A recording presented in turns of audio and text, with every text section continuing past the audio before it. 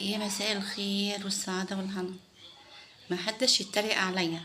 إيه، لان طبعا بالنسبة عندي في البيت بيسموا الاكلة ديت اكلة العيانين، اللي هي إيه البطاطس المسلوقة ومعاها الفراخ وكده. فبالنسبة لي انا بحبها بصراحة، بتبقى حلوة وخفيفة وكده.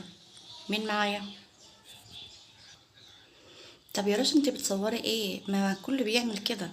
انا بس حبيت اشوف ايه رد الفعل، لان طبعا إيه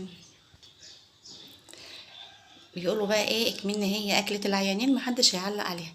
لكن هي والله يا جماعة ده اكلة جميلة جدا، مش عيانين ولا حاجة. خفيفة وسهلة، وفي نفس الوقت كمان سهلة الهضم يعني وكده.